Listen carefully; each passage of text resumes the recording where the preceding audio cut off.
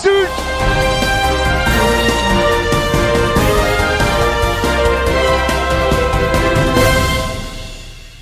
La journée nationale des commémorations du génocide congolais, Génocost en sigle. Une cérémonie a été organisée ce vendredi 10 août 2024 en République démocratique du Congo, précisément dans la ville de Kisangani, pour rendre hommage aux Congolais victimes des atrocités liées aux conflits armés. Début ce samedi 3 août de la session extraordinaire de l'investiture du gouvernement de Daniel Bumba à Kinshasa. Le président de la République se porte bien, a précisé le porte-parole du gouvernement congolais, M. Patrick Mouyaya, sur l'état de santé de Félix Antoine Tshisekedi se trouvant actuellement à Bruxelles. Mesdames et messieurs, bonsoir. Génocost, journée nationale de commémoration du génocide congolais, a été célébrée ce vendredi 10 août 2024 en République démocratique du Congo, précisément dans la ville de Kisangani, ceci pour rendre hommage aux victimes des atrocités liées aux conflits armés.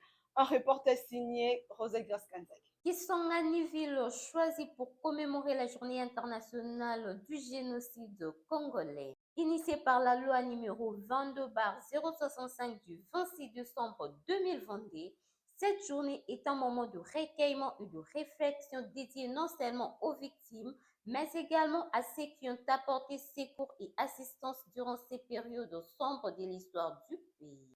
Judith Souminois a exprimé l'importance de cette commémoration, soulignant que la nation congolaise n'oubliera jamais les souffrances endurées par ses citoyens. La journée avait commencé par un moment de recueillement au cimetière de la guerre des 6 jours, qui est un lieu symbolique qui rappelle les tragédies vécues par des milliers de Congolais. Par ailleurs, une cérémonie officielle s'est tenue à la mairie de Kisangani où les témoignages poignants de victimes seront partagés, offrant un aperçu des horreurs vécus et de la résilience du peuple congolais. Nous devons nous souvenir pour ne pas oublier et agir pour que de telles atrocités ne se reproduisent plus. Telle a été la déclaration du directeur général et du Fonds national pour la réparation des victimes, Kevin Mokili, lors d'un briefing de presse diffusé par la télévision nationale RTNC en cible. Le porte-parole du gouvernement, le ministre de la Communication et Médias,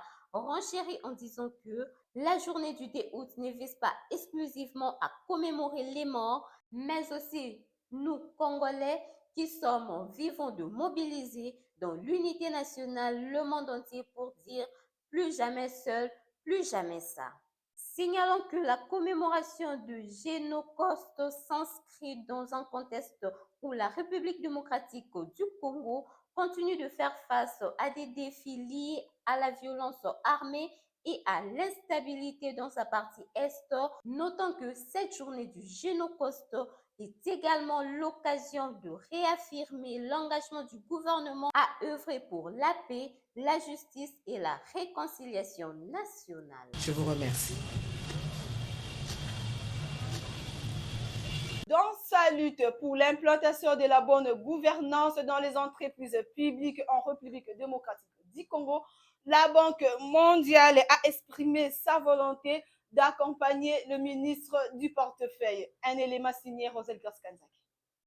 Albert Zefak, directeur des opérations de la Banque mondiale en République démocratique du Congo, à l'issue d'une audience lui accordée le 30 juillet 2024 par le ministre du portefeuille Jean-Lucien Boussa, s'est réjoui de la vision du responsable de cette institution, celle de transformer les entreprises publiques de l'État en levier du développement économique du pays, et a rassuré l'accompagnement de la Banque mondiale au ministre du portefeuille Jean-Lucien Boussa dans la lutte pour l'implémentation de la bonne gouvernance dans les entreprises publiques.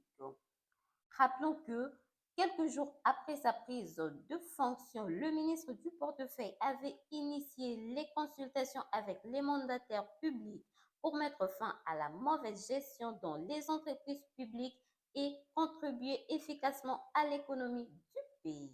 Comme je vous l'ai annoncé au début de ce journal, début c'est samedi 3 août 2024 de la session extraordinaire de l'investiture du gouvernement de Daniel Bumba à Kinshasa. Un élément de Rose Kiamsoki. L'Assemblée provinciale de Kinshasa sera en session extraordinaire à partir de ce samedi 3 août 2024. Le moment fort de cette session sera l'investiture du gouvernement provincial révisé de Daniel Bumba, après avoir été recalé par les ministres de l'Intérieur pour avoir dépassé le nombre de membres requis par la Constitution.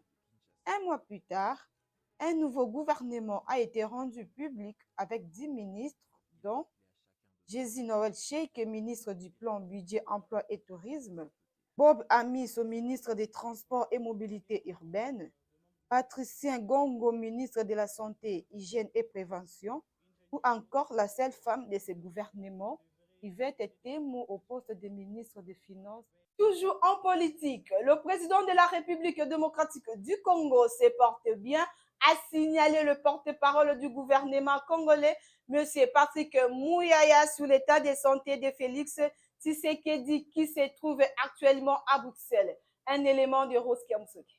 Le président de la République se porte bien.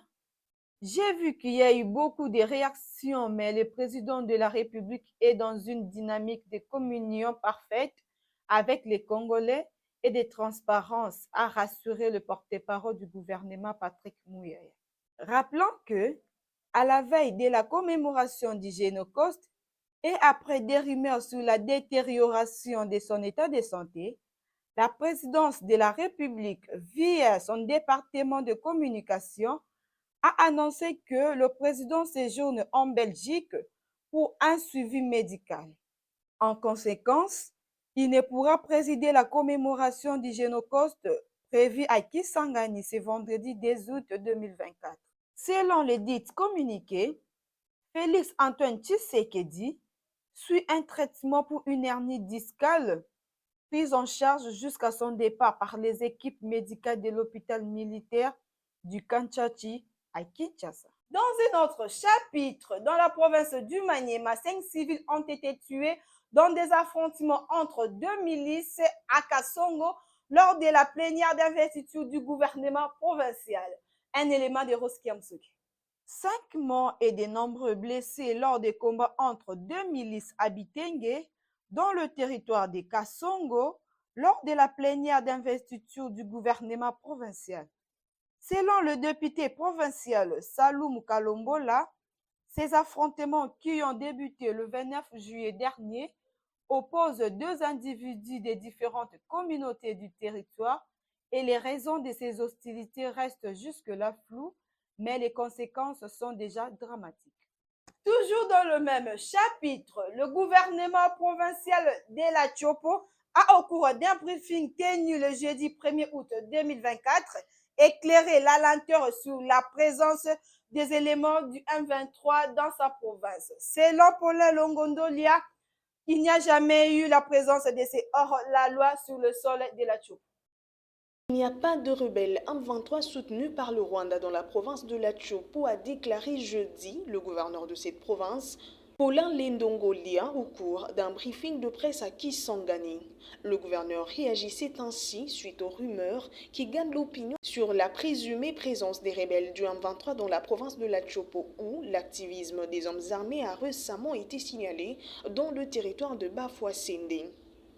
Pour Bafouassende, ce sont des situations un peu complexes et sécuritaires. Je pense qu'il y a des dispositions que l'armée est en train de mettre en place, mais jusque-là, je ne dis pas qu'il n'y a pas quelque chose, mais certainement, il n'y a pas de rebelles du M23. Contrairement à ce qui se dit partout, il n'y a pas de M23 dans la Tchopo, a rassuré le gouverneur de province. Poursuivant son speech, Paulin Lendongolia reconnaît tout de même la présence des groupes armés locaux actifs dans la Tchopo. Signalons que dans un mémorandum adressé au gouverneur de province, la communauté Lumbi avait appelé l'exécutif provincial et la hiérarchie militaire à neutraliser les groupes armés locaux sous commandement de Chokoro pour sauver la province contre l'invention des rebelles du M23 soutenu par le Rwanda. C'était un élément de Affermi Vita. Le quartier général de la Force du Progrès a été délogé du quartier Manenga dans la commune d'Engaliema par les commissaires divisionnaires adjoints de la police nationale et congolaise et ses éléments. Le commandant Blaise Kilimbalimba a dit faire de son mieux pour assurer la sécurité de la population riveraine. Un élément des affaires Mivita. Merci beaucoup, messieurs les journalistes. Il n'y a pas de magie que de tenir toutes les énergies. Nous avons eu le temps d'étudier, d'analyser la situation et de la porter auprès de tous les acteurs qui pouvaient donner solution à cette situation. Et l'événement d'hier était comme une goutte d'eau qui a fait déborder la vase.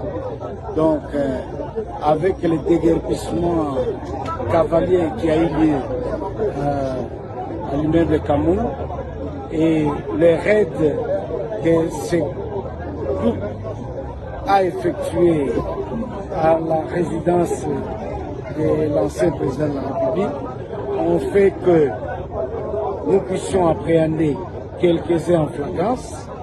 Et ceci, l'enquête étant, ça nous a conduit à identifier les lieux de provenance des malfrats qui ont troublé l'ordre public hier. Là, nous voudrions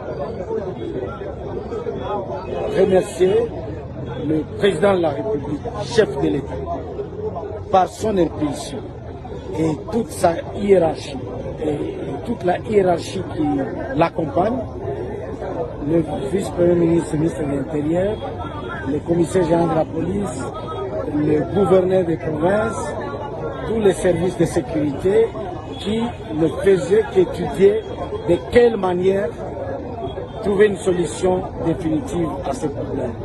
Et aujourd'hui, nous y sommes là. La population d'ici peut bénéficier de ces quartiers et nous promettons de laisser une police qui va assurer la permanence et qui va continuer à rassurer toute la population de ce coin. Et c'est là, je crois, jusque pendant toute la période qui vient. Bouclons cette édition du journal par cet élément proposé par Rosel Grace Kanzaki. La mauvaise haleine est une odeur persistante désagréable dans l'air expiré.